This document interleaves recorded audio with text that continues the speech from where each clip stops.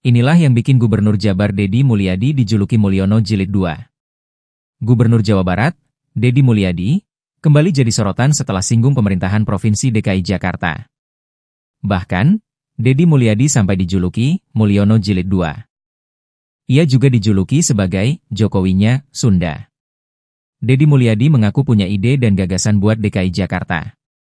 Jika dia menjadi Pramono Anung, orang nomor satu di ibu kota saat ini, Deddy Mulyadi mengaku akan menggaji warganya 10 juta rupiah per kepala keluarga. Tidak bicara asal, gagasan Deddy didasari besarnya anggaran pendapatan dan belanja daerah, APBD, Jakarta dibandingkan dengan jumlah penduduk. Hal itu disampaikan Deddy saat pidato di Musyawarah Nasional, Munas, Asosiasi DPRD Provinsi Seluruh Indonesia, ADSI, tahun 2025 di Bandung, Jawa Barat, Selasa, 6 Mei 2025. Deddy Mulyadi memberi hitung-hitungan perbandingan antara besaran APBD dengan jumlah penduduk Jakarta.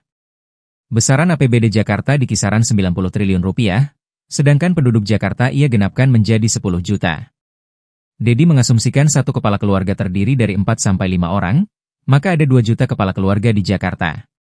Terkait pernyataan Deddy Mulyadi tersebut, juru bicara PDI Perjuangan, PDIP, Guntur Romli meminta Deddy Mulyadi atau KDM tak usah ikut campur mengurusi Jakarta.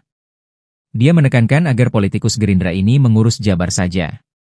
Deddy Mulyadi juga dijuluki Mulyono Jilid 2 karena aktivitasnya yang sering turun ke masyarakat dan menjawab masalah langsung di lokasinya.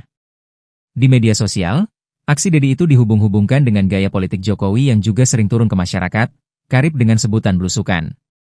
Jokowi pun meraih popularitas karena gaya blusukannya hingga bisa menaiki anak tangga pimpinan eksekutif, dari Wali Kota Solo, Gubernur Jakarta hingga Presiden Indonesia 2 periode, 2014 hingga 2024.